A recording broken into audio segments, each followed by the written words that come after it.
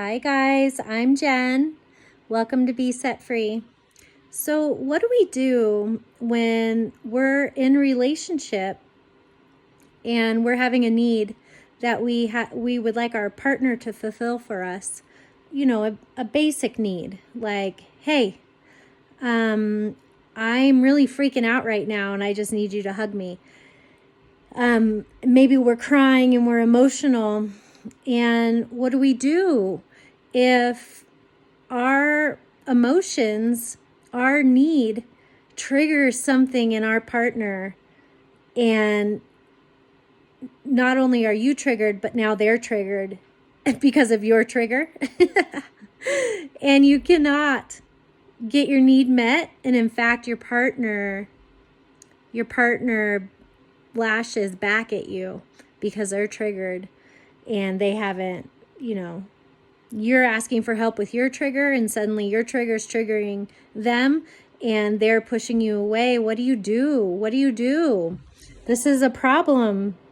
This is a problem, and this requires negotiation. This requires both people to calm down. This requires everybody to leave the room, go catch a breath. And this requires a lot of inner healing. This requires awareness. This requires a lot of patience. And, God, I don't even know what to say about this because this is tough. This is tough. So if you're with somebody where your needs trigger their childhood wounds and your needs are from a childhood wound, you both are operating in basically on a childhood level at that point, emotionally speaking. And sometimes we just think our partner is acting insensitive because you've come to them with the need and you're emotional and you really need them at that moment. Nobody's perfect. But we need to realize that there's some of this we need to take responsibility for ourselves. And if we're going to be approaching somebody very emotionally upset and they're not able to handle it, first off, that's okay. Not everybody can handle an upset person. It takes a very mature person to be able to do that, not take it personal, and to, maybe they have a different trigger, but that's not one of their triggers. That's a good fit. But what do you do if you're in a relationship with somebody who this trigger is not a good fit for either of you? But the rest of the relationship, it's all good. But here you are with this insecurity. We need to learn how to parent ourselves. We do. And I'm so sick of hearing that, but it's so very true. But what do you do if you don't know how to do that? What do you do? Well, first off, like I said, we need to breathe. This moment of anxiety, we want it to go away. It's very consuming. It's very all-consuming. And when we know, if somebody would just reassure us, give us a hug, tell us they love us and that everything's going to be okay. Like everything's fine. The relationship's fine. We're all good. You're just freaking out. Come here. I love you, babe. It would go away. And we would hope that we can rely on our partners like that, but we can't always. And sometimes we have these feelings and we don't even have a partner with us. Maybe we're not even in a relationship and there's nobody there to comfort us. So what do? You always have to be reliant on somebody, and if you can't find somebody, then you're just screwed. It's not right. It's not right to put that responsibility on somebody else. It's very romantic and if they would just, and then everything would be perfect, but it's not realistic and it's not fair. And so what we need to do is learn how to manage our emotions, right? And that can seem like a daunting task, but I can give you just a few little pointers that I'm also reminding myself of right now. First off, breathe. Our brain needs oxygen. When we get upset, we start breathing shallow and short. And our brain cannot think properly when it's not getting enough oxygen. We need to breathe. Second, we need to remember that this moment will pass. This moment, this anxiety that has come upon us because something has triggered our abandonment wound, it will pass. These feelings will not last forever. And we can think about them later logically and figure out what happened when we're out of it. Third, do not make any rash decisions when you're triggered. Do not make any rash, life-changing, or dangerous, like getting in your car and driving while you're triggered and you're emotional. Do not do that. We just kind of got to put on our big person panties. We just got to pull them up and sit ourselves down and say, sit down, you're in timeout, and you are going to breathe and tell yourself you love yourself and everything's going to be okay, and we're going to figure this out when we're done freaking out. And guys, taking that time can really save you from making some very life-changing decisions in a moment where you have no business making any choices.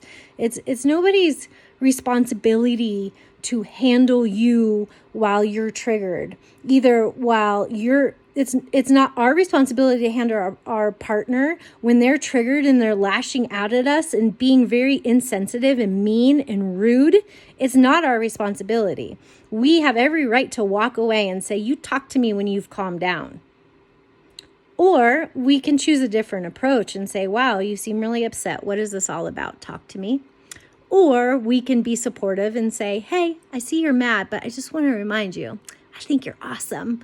And that's so hard to do, though, when somebody's attacking you, right? But these are choices we can make. Or we can choose to get triggered and engage and then start fighting.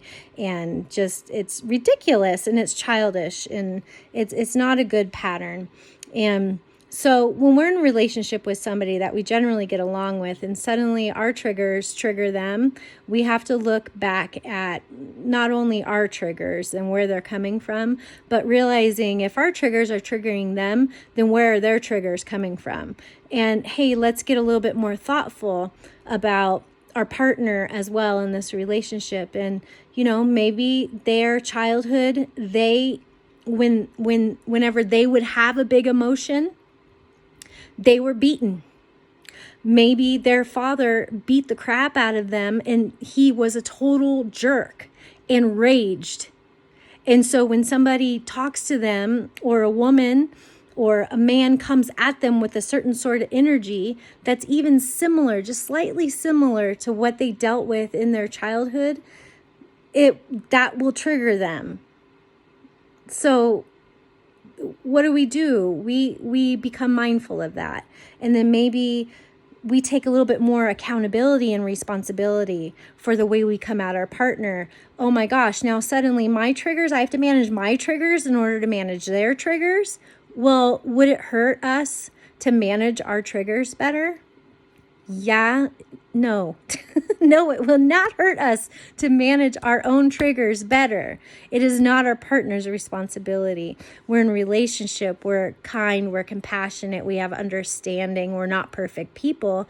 All true, okay? And we should be able to talk about these things with our partners. But in relationships, they get messy. All relationships do. Every single relationship has issues. Even ones that we think are normal or good. They all have times where they fight. They all have times where they get triggered. They trigger each other. You know, they come into the thing triggered and all this and that. So we need to really look at patterns in our relationships and try to figure out why, what, where, when, how. Not only for ourselves, but for our partner too. Not so we can fix them, but so we can have understanding. It's us that we fix. We can understand ours and look at our history, our past, our patterns, how we're coming. We can fix us. Our only responsibility is to fix us. And then looking at our partners, we don't fix them. We have understanding. Okay? It's up to them to fix themselves. We're not responsible to just hang in there with somebody who is going to be mean and nasty just because your emotions triggered them. That's not cool either. Nobody's allowed to be mean and nasty to each other. Okay? Give that a few times, and then that doesn't change. There may be time for a relationship to end, or a serious talk to be had, because that is never okay.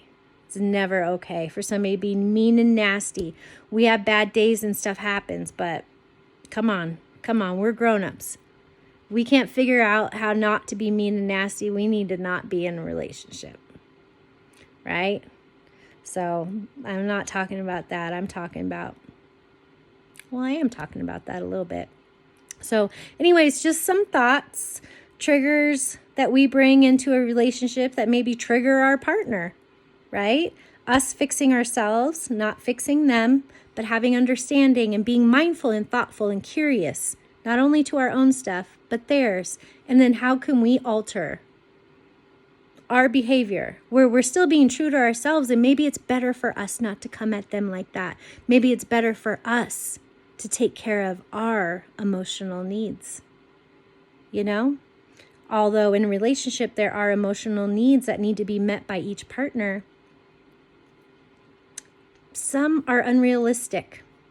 Some we need to take care of for ourselves and not put all of our happiness eggs in their basket. We need to have our happiness eggs in our basket and then share that with them. And they do the same thing. And we have harmonious relationship. So just thoughts. I would love to talk to you. If you'd like to talk to me more, if you have something that's bothering you, or you just want to get off your chest or try to figure out, please feel free to reach out to me at besetfreefromabuse@gmail.com. I'm a certified life coach, and I'd love to talk to you. And I'd love to see your comments, whatever you'd like to share. Okay, I'll talk to you soon.